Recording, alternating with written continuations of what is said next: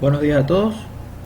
Hoy voy a dar continuidad a la clase de la semana anterior, donde estuve dando una introducción a la hidroquímica, que es una rama muy importante de la hidrogeología y que tiene que ver con el estudio de la composición química de las aguas naturales. Entiéndase como aguas naturales, agua de mar, agua de un río, agua de un lago, agua de un embalse, aguas meteóricas o aguas subterráneas o cualquier otro tipo de agua de las que hemos visto en clase.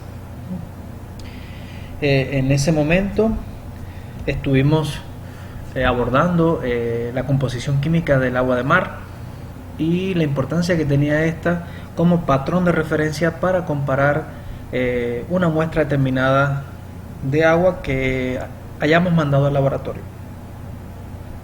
Y a raíz de esto dejé una tarea sobre cuál es la importancia y cuál es el origen de algunos elementos químicos, sobre todo los elementos mayores, en las aguas subterráneas.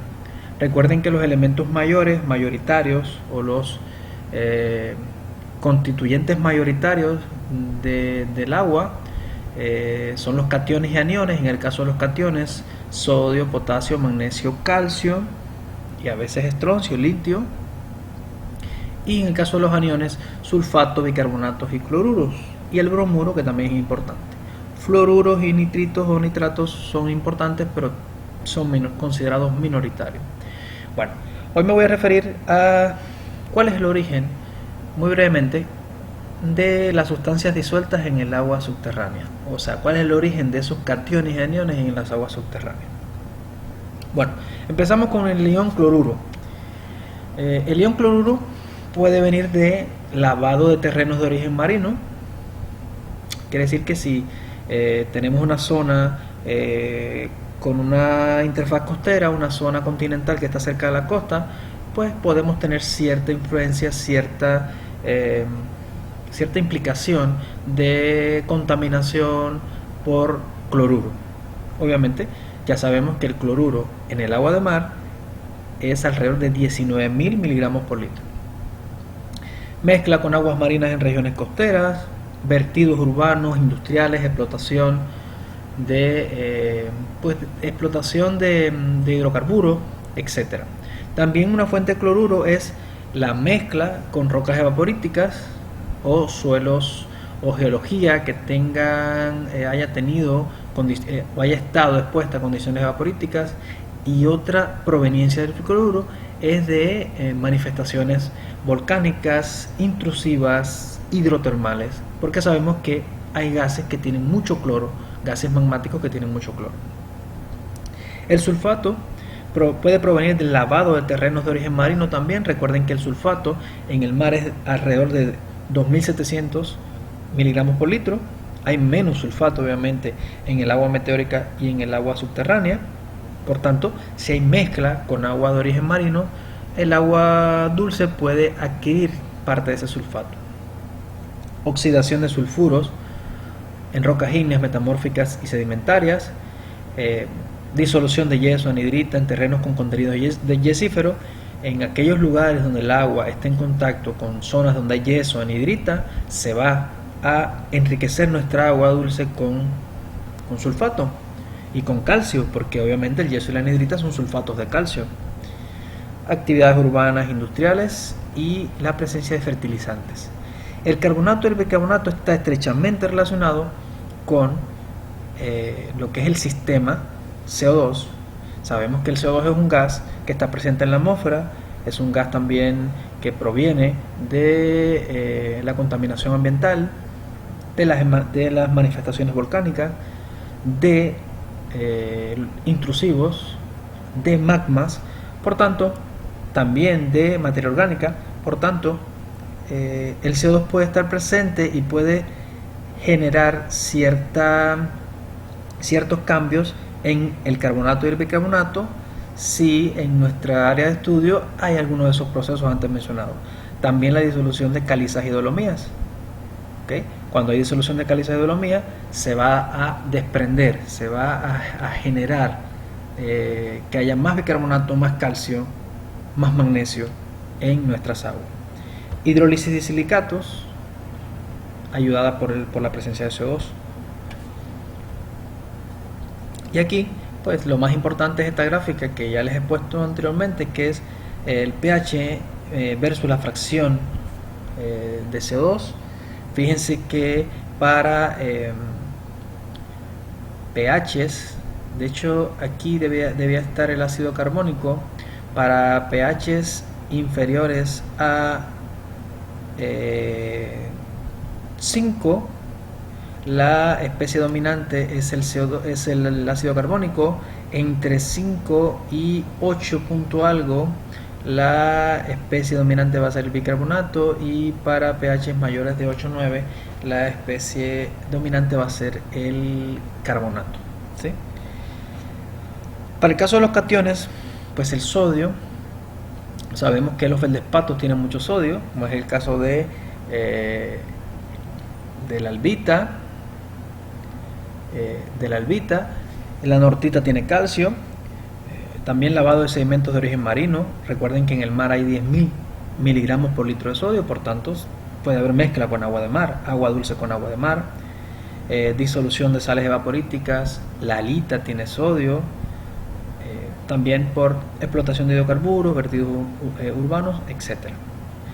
El potasio, como disolución o digamos que reacción de ciertas aguas con la ortosa y otros silicatos, la ortoclasa, que son feldespatos potásicos, las micas, las arcillas, pues todos estos minerales y grupos de minerales tienen mucho potasio, y al el agua estar en contacto con estos minerales, pues, ocurren reacciones que liberan potasio.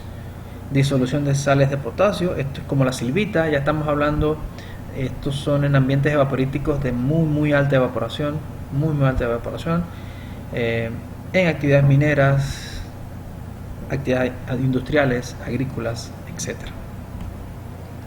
El calcio, disolución de caliza y dolomías, yeso y anhidrita, todos estos minerales tienen calcio, por tanto un agua que reaccione, que lixivie, que erosione esas litologías, pues obviamente va a liberar calcio. Ataque de feldespatos y otros silicatos cálcicos, disolución de cemento calcáreo en rocas sedimentarias. O sea, si una agua ácida ataca una roca sedimentaria calcárea, va obviamente a liberar calcio. En el caso del magnesio, disolución de dolomías y calizas dolomíticas, ataque de silicatos magnéticos y ferromagnesianos, lavado de rocas evaporíticas, mezcla con agua de mar. En el agua de mar hay 1250 miligramos por litro de magnesio y mucho magnesio, por tanto esto es factible, y actividades industriales. Ya en el caso de los constituyentes minoritarios, que son aquellos que tienen concentraciones menores a 1, están los nitritos y el amonio, el manganeso, estroncio y bario, y estos pueden tener diversos orígenes, ¿sí? Algunos son muy móviles, son elementos muy móviles, pero generalmente tienen muy poca concentración en las aguas subterráneas. El litio, el fluoruro, bromuros y boro también tienen concentraciones muy bajas. Eso no quiere decir que no sean importantes. Si ellos llegan a tener concentraciones más elevadas, pues existe una serie de procesos y fenómenos que pueden ser dilucidados a partir de sus concentraciones, ¿sí? El boro, por ejemplo, y el litio son dos elementos trazadores de orígenes volcánicos. Se utiliza sobre todo en manifestaciones hidrotermales para determinar ciertos orígenes del agua, ¿sí? El bromuro, conjuntamente con los cloruros, son indicadores de intrusión marina, de condiciones vaporíticas, de evaporación, y lo vamos a ver en próximas diapositivas. Y los constituyentes traza son aquellos que imagínense que están en concentraciones incluso de microgramos por litro, y son algunos metales, metaloides, elementos pesados: uranio, zinc, cobre, plomo, arsénico, selenio, antimonio, molibdeno, cadmio, níquel y cobalto. Ahora bien, vamos a pasar a los índices hidroquímicos. ¿Qué son los índices hidroquímicos y por qué son importantes? Bueno, los índices hidroquímicos son, digamos que pares de cationes y aniones que aportan cierta información geoquímica. Fíjense, Es muy importante, una vez que tengamos la composición química de un agua que nos llega del laboratorio, nosotros podemos empezar a trazar, a crear nuestras propias historias, ¿sí? Fíjense que con el solo hecho de saber si el calcio es mayor que el magnesio, mayor que el sodio, o que el bicarbonato es mayor que el sulfato y es mayor que el cloruro, o sea, si los valores que vienen del laboratorio siguen estas relaciones, se puede decir que el agua es joven y es de reciente infiltración. Ya podemos empezar a crear nuestros modelos a partir de solamente de ese hecho, ¿sí? ¿Qué pasa después de un largo tiempo de residencia? Pues hay una interacción agua-roca más fuerte y ahora sodio va a ser mayor que magnesio y mayor que calcio. Fíjense que todo lo contrario a lo que pasaba anteriormente. Y cloro o cloruros van a ser mayor que sulfato y mayor que bicarbonato. ¿Por qué? Porque el agua va a ser más vieja, va a ser un agua más madura y ahora se invierte en esa relación. ¿Ok? Entonces, ojo con estos indicadores, son muy importantes. Otras relaciones iónicas, fíjense, magnesio-calcio. Si nosotros dividimos la concentración de magnesio entre el calcio, en aguas continentales está entre 0.3 a 1.5, en agua de mar llega a 5. Por tanto, si nosotros tenemos nuestros valores de laboratorio, dividimos y tenemos un valor de 6, de 5, de 4.5, podemos decir que nuestra agua puede estar sufriendo algún proceso de intrusión salina. Aquí también es bueno aclarar que en aguas que sufren mezcla con agua de mar o donde hay justamente influencia marina, la relación crece, como lo estoy diciendo, 6, 7, 8. Si nosotros dividimos cloruros entre bicarbonatos, para aguas continentales va a tener un rango entre 0.1 a 5, en agua de mar entre 200 a 500. Entonces, ojo con esto, nosotros podemos ir jugando con esos índices o relaciones iónicas para crear nuestras historias y nuestros modelos geoquímicos. Quizás el más importante de los índices hidroquímicos, cloruro-bromuro, ¿sí? Los dos son elementos conservativos, quiere decir que nada, prácticamente nada, afecta sus concentraciones, excepto para el bromuro, que algunos procesos de evaporación pueden afectar un poco la concentración. En aguas continentales es variable, pero en agua de mar llega hasta 600, ¿sí? Y se utiliza para estudiar el origen de la salinidad. Lo digo como muy importante por lo que van a ver a continuación. Fíjense, esto es tomado de un artículo y aquí están las concentraciones de cloruro y bromuro, bueno, del cloruro en miligramos por kilogramo, que es lo mismo que en miligramos por litro, que es lo mismo que ppm, y aquí está la relación cloruro-bromuro, ¿ok? Entonces, para el agua de mar dice que es 2,92. ¿De dónde sale ese valor? Pues aquí le explico muy rápidamente. La concentración de cloruro en el agua de mar es 19.000 aproximadamente, ¿verdad que sí? Y si eso lo dividimos entre la concentración de bromuro en el agua de mar, que es 65, nos da 2,92. Entonces, pues de ahí sale ese número, ¿sí? Si da mayor o menor, ya está en relación de las concentraciones de uno u otro elemento. Fíjense cómo las rocas evaporíticas tienen valores de 1000. O sea, estamos hablando de que cuando la relación cloruro-bromuro llega a 1000 es porque hay rocas evaporíticas. Y hay casos aquí como el Golfo Pérsico. Estos son sakbas, que son como saladares, ¿sí? Muy cercanos al agua de mar. Miren, 290. Y así, pues estos son algunos campos geotérmicos entre 250 y 400. El río Colorado entre 1500 y 1900. ¿Y qué es lo importante de esto? Miren, si las rocas evaporíticas tienen más de 1000 y el río Colorado debajo de la presa Hoover tiene entre 1500 y 1900, ¿qué explicación le podemos dar a eso? Pues lo que pasa es que el río Colorado en su curso va pasando sobre rocas evaporíticas y se va incrementando la relación cloruro-bromuro. Ahora bien, Davis en 1997 publica este artículo, el uso de la relación cloruro-bromuro en estudios de agua potable, y ¿Cuál es la importancia del estudio en sí? Bueno, hacen un compendio de relaciones cloruro-bromuro de muchos minerales y muchos materiales y muchos tipos de agua que nos pueden ayudar para cualquier estudio. Fíjense, rocas y materia orgánica, ya ellos han establecido esos cocientes. Fíjense como las rocas graníticas que han sido lixiviadas en Estados Unidos entre 100 y 200. Las rocas volcánicas parecen que tienen relaciones significativas más altas, ¿sí? Pueden llegar hasta 506.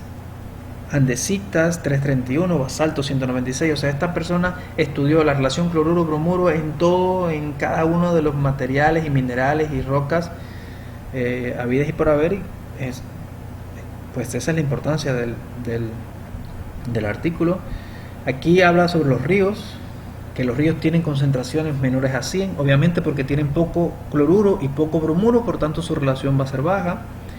El río Colorado 1164 a 1600, porque existe disolución de capas de sal en su drenaje, ¿sí? A lo largo de su drenaje. En domos de sal de Mississippi 1920, obviamente hay sales, hay evaporitas. Los cristales puros de halita pueden llegar hasta 100.000, esa relación cloruro-bromuro. De ahí seguimos, aguas superficiales. Dice que el agua de mar está entre 288 y 292, como se los demostré hace un rato. El mar muerto dice que tiene una relación de 44, pues obviamente porque tiene demasiado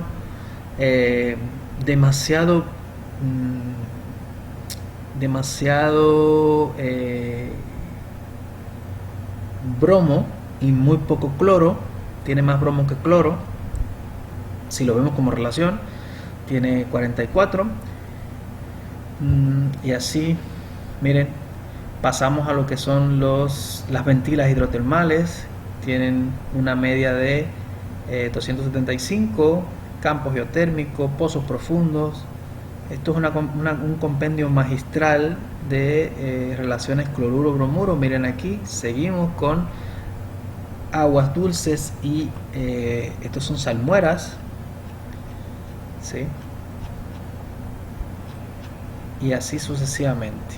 Entonces, pues se los voy a compartir para que lo tengan, ¿ok? Aguas con natas, miren que hemos hablado. Campos de petroleros entre 200 y 400 a lo largo de la costa. En fin, toda una serie de información muy importante.